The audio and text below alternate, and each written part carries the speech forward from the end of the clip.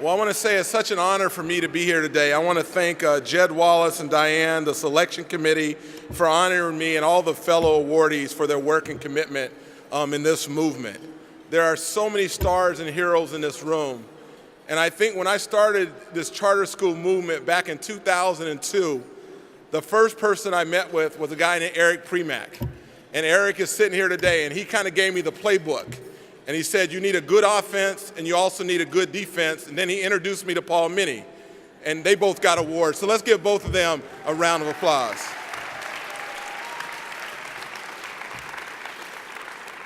And then right after that, they told me you needed funding. So I want to thank the Gates Foundation, the Broad Foundation, the Fisher Foundation, Reed Hastings, the Walton Foundation, as well as all the other funders in the room. Let's give them one round of applause as well.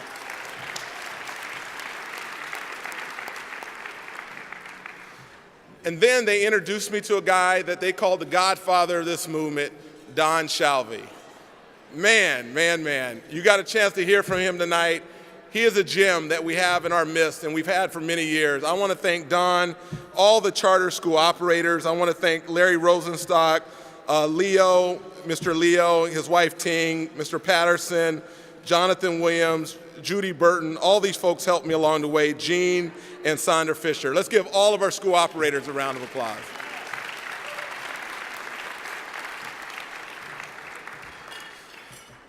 So as a charter school operator myself, before I got elected mayor, I have no idea what I was thinking.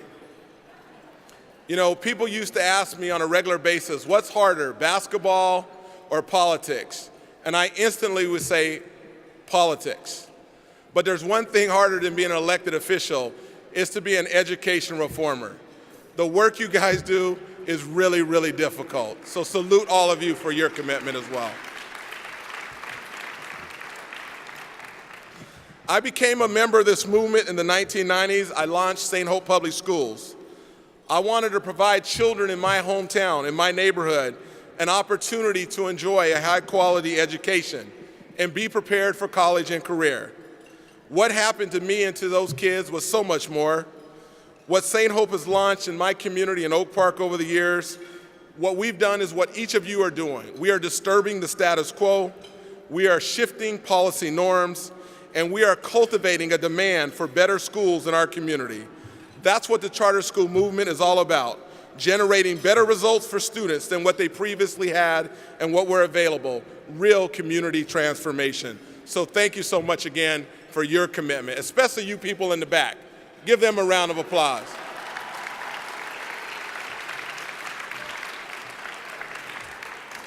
As an elected official, as you can imagine, Governor Brown is a little busy, and I'm a little lower on the totem pole, so he sent me here to represent both of us. I can't say anything negative about the governor. He's working on equitable funding, hopefully, for charter schools, so let's give him a round of applause.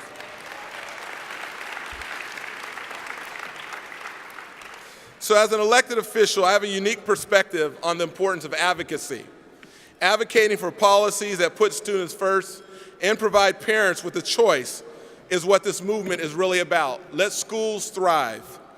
Whether it be a single-site school, conversion, CMOs, independent study, having a diverse collection of people coming together, bound by a single mission, is the very definition of this movement. The future of charter schools, the future of this movement is going to depend on advocacy. How well we come together, how well we ensure that the conditions for this movement are real. We've got to make sure that we proliferate successful charter schools. That's what we need to do in terms of advocacy. Our future will also hinge on our effectiveness and our willingness to hold people accountable, producing high-quality results and opportunities for our young people. I know that this is something that CCSA has been working on, and I want to thank Jed Wallace and Caprice Young for your commitment to create accountability for good charter schools.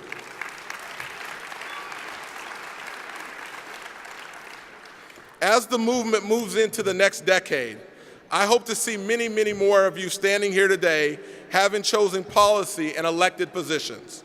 I encourage you to run for office, get involved in your local and state campaigns, engage your communities when it comes to advocacy. We know that the battle is waged in boardrooms and in committee hearings. It's important that we have a seat at the table and step up to advocate for ourselves. I was going to do my best to not tell a basketball story, but I am in a fight to save the Sacramento Kings and keep them in Sacramento.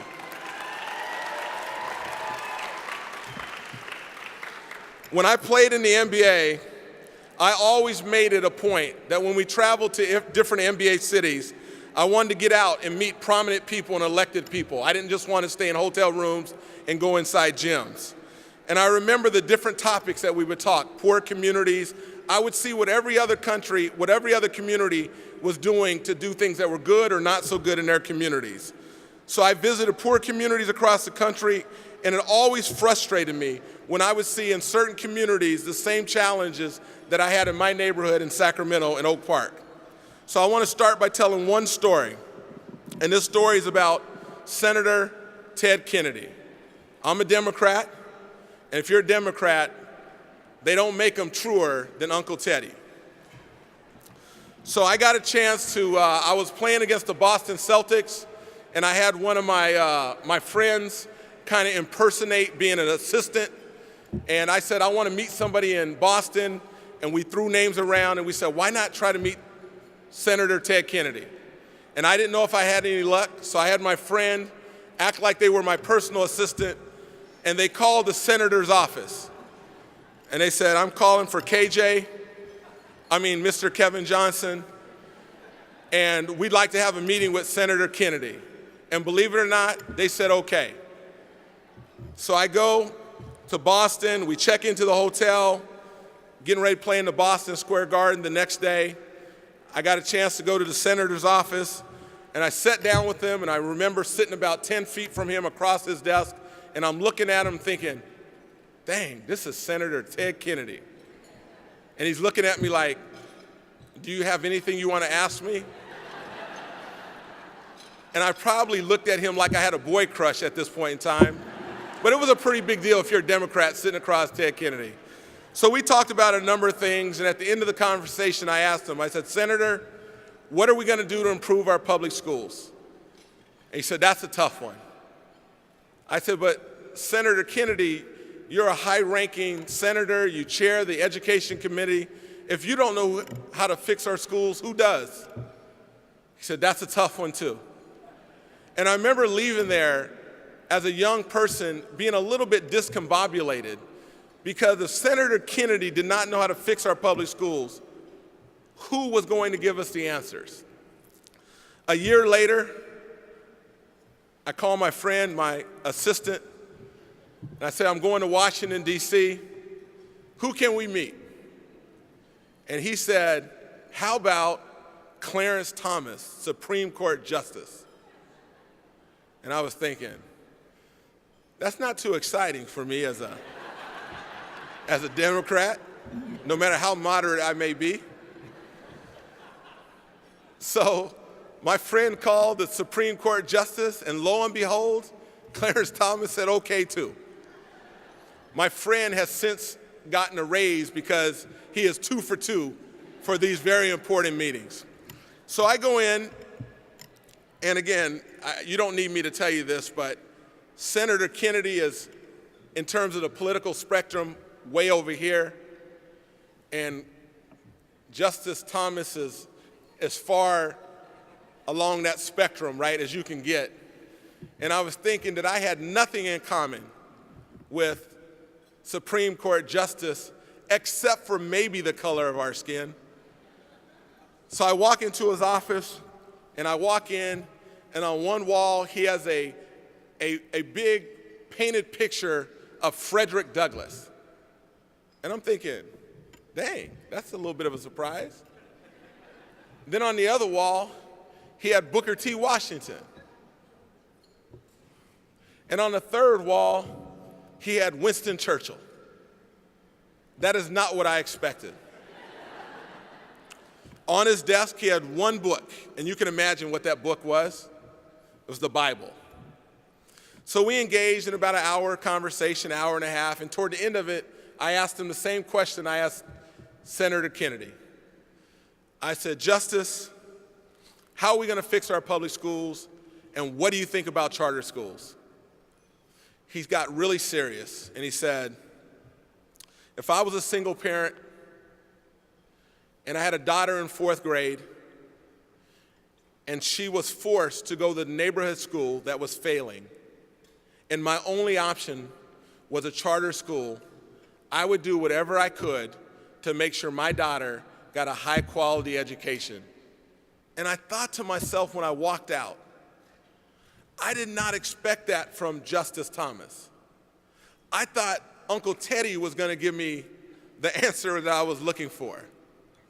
So what I want to challenge us as a charter school community to remember this, that you have to stick to your principles, but you have to abandon your assumptions. You do not know where the answers are going to come. And this movement has to be about bipartisanship. We need Democrats and Republicans.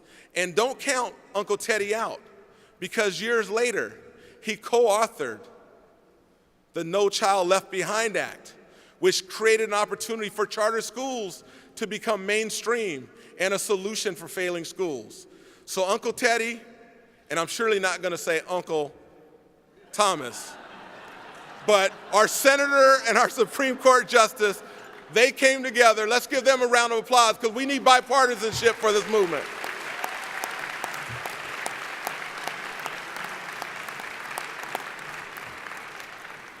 So when you're in California, don't write us off as Democrats. Don't write off the Democrats that are elected.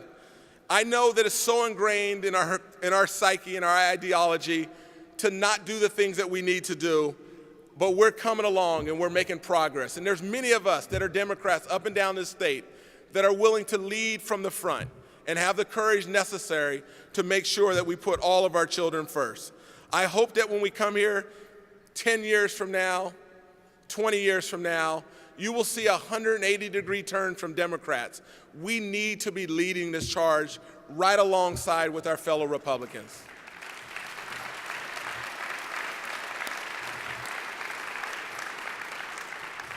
So Jed, I want to thank you for allowing me to represent the only other elected who got the award today, who did not show up, but I did, on behalf of both of us. But I do have to tell one basketball story. I tried not to. Don Shalvey, it's your fault. So there's this guy named Magic Johnson. Do you guys remember him?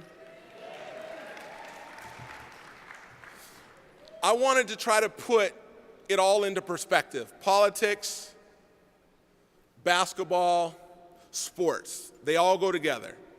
And the Magic Johnson that I know probably does it best in a way that I think gets at the heart of the movement as well. And I'll close on this. So in my community in Oak Park that I grew up, Oak Park is no different than, underserved communities around the country, West Los Angeles, West Oakland, Crenshaw, the Watts area in LA. You guys know, we have these communities all over the country. And in my community, we were bringing economic development to Oak Park. That's the part of the neighborhood I grew up in, Sacramento, Oak Park. And I called Magic Johnson and I said, hey, Magic, we want to bring a coffee shop, a coffee store to my community. So we want to do good schools, but we also want to do economic development. And you got a Starbucks to go to Ladera Heights. Anybody been into the Ladera Heights Starbucks? So Magic was able to get Ladera Heights to get a Starbucks. So I called Magic, and I flew down to LA to meet with Magic, and I said, how did you get a Starbucks to come into the hood, to come into the underserved community, in Ladera Heights? And he said, KJ, I'm going to tell you the story, but I'm going to tell you off the record. And then that means that you can't tell anybody else. So now I'm telling 1,200 people off the record a story that you cannot tell anybody else. By a show of hands to say, okay, we'll keep it amongst ourselves, please. Carrie Pinner, you did not raise your hand, thank you. All right, no taping this, cut off the video. This is off the record.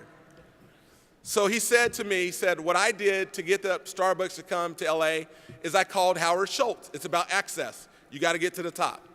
So he called Howard Schultz. He didn't know Howard Schultz. Howard Schultz, the CEO of Starbucks. He called him up, got him on the phone. Hey, Howard, this is Magic. Hey, Magic, God, man, I was such a big fan of yours. You were such a great basketball player. How can I be helpful? Magic said, let me cut to the chase.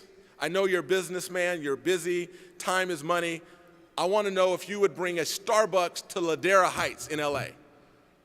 Howard Schultz said, Magic, God, you're such a great basketball player. I love watching you play for the Lakers. God, that you and Kareem and Byron Scott, God, you guys were so fun to watch. That's a bad sign when the funders avoid your questions. You know how they do. Magic doesn't miss a beat. He pushes back. He said, Howard, in all seriousness, I'd love for you to consider coming to LA and bringing a Starbucks. Howard said, Magic, you're not going to believe this. My phone is ringing. My other phone is ringing. And I got to take this call. But can I get back to you? What's your number? He gets off the phone. Magic, without missing a beat, 2 weeks later, calls Howard back, gets him on the phone. All right, let's continue the conversation, Howard. I'd love for you to bring a Starbucks to Ladera Heights. Howard says, God, Magic, you went to Michigan State, and their colors were green, and I love green. That's Starbucks color, and you have such an effervescent smile. Bad sign. Additional compliments when they're not necessary. Magic says, Howard, please talk to me. I want a Starbucks in Ladera Heights. And Howard says, you know what, Magic, what I did since the last time we talked, I talked to my marketing team, and they told me that we are going into LA, Starbucks, but the growth pattern of Starbucks is a little windy and somewhat unpredictable, and it just misses, barely misses Ladera Heights. Like you were so close. You just barely miss it. And Magic said, Starbucks, Howard Schultz, something doesn't feel right about this. And then Howard said to Magic, if I tell you what I'm about to tell you, can you keep it off the record? And Magic said, absolutely. Howard Schultz said, Magic, I got my team together, my marketing team, and they did a feasibility study. And they looked at the demographics in LA, and they compared them with a typical profile of a Starbucks drinker.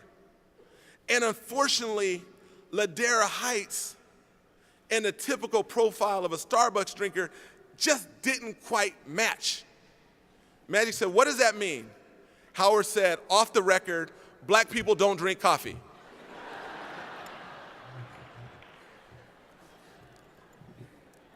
This was a true story, but it's off the record. So Howard Schultz is saying that his team looked at the numbers and the profile of a coffee drinker are not black people. And he said, Magic, I don't know what to tell you. The data says black people don't drink coffee. Magic, without missing a beat, said, Howard, when are you going to be in LA again? Howard said, 6 months. All right, let's get together when you're in LA 6 months from now. 6 months goes by. Howard makes good. They call each other. Magic takes him down to Crenshaw, South Central LA, to the Magic Johnson Sony Theaters. Make some noise if you've heard of the Sony Theaters. Okay. So they walk in, and Magic stops Howard, and he points to the concession stands. And he said, do you see all those black people? Howard said, that's a lot of black people. Magic says, look at them. They're eating popcorn. They're drinking Coke. They even like Raisinets. He says to Howard, my point is, if you put it in our community, if you give the black people a chance in our community, we go to movies, we like popcorn, we drink soda, and believe it or not, black people drink coffee. Howard Schultz says, okay, are you willing to put your money where your mouth is? Magic said, what you talking about? Howard says, let's find out together whether or not black people drink coffee. To build a brand new store costs $1 million. Magic, you put up 500,000, I'll put up 500, and we'll find out together whether or not black people drink coffee. Magic said, okay, I'm in. Howard said one other thing. Let's play to our strengths. You like team sports. You let me, as in Howard, work on the business side of the equation. That's what we do best, the operations. And Magic, you work on the community side because you know that community better than I do and better than we do. Deal. They shake hands. Typically, to get a return on your investment, if you open up a Starbucks store, it takes 4 years, and 4 years is not a long time. I'm talking that $1 million that people put in, they get it all back in a 4-year period. And the reason why, and you guys know this, you pay, what, $4 for a Starbucks? Y'all pay $4 for that? It costs them like 25 cents. So the margin of coffee is significant. It's like a 40%, it's a big margin. 6 months goes by, Magic gets a call from Howard. Howard's initiating the call. Hey, Magic, how are you? I'm good. How are you? Great. Howard says, I got good news and bad news. Magic says, give me the bad news first. No. Come to think of it, give me the good news first. Howard says, the good news is this, that, you know that store we opened 6 months ago? The one that we were trying to figure out whether or not black people drink coffee in? You know how it takes 4 years to get all of our money back? I want you to know that that store, that one in Ladera Heights, is the #1 Starbucks store we have in the western United States of America.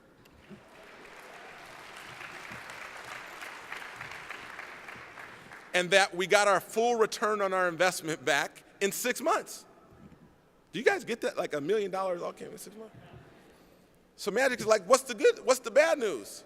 He goes, the bad news is, I am convinced that black people drink coffee, and we got a big demand that we haven't met. So we've got to supply a whole bunch more Starbucks stores around the country, and we're gonna have to partner together, Magic. There's over 100 Starbucks stores that Magic and Starbucks are doing in underserved communities around this country because black people do drink coffee.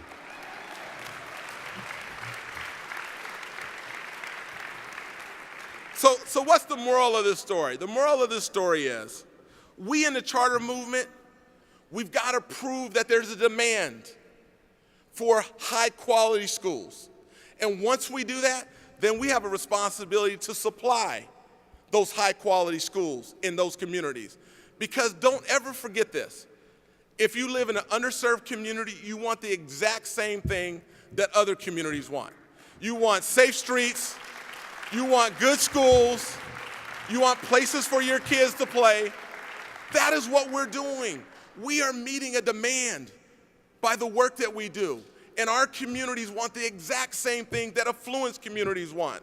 So we are here today to celebrate 20 years of high-performing schools, closing the achievement gap, 21st century schools, another 20 years of parents demanding high-quality schools, another 20 years where we're submitting charter petitions and going to darn school board meetings, yuck, and making sure that we get fair facility opportunities, another 20 years to make sure our educators go above and beyond the call of duty to put our students first because we know all of our children can learn, another 20 years to rally at the Capitol and beating the pavement in our local communities, here for another 20 years to prove that education reform in California is alive and real. Thank you so much for what you do, and God bless you.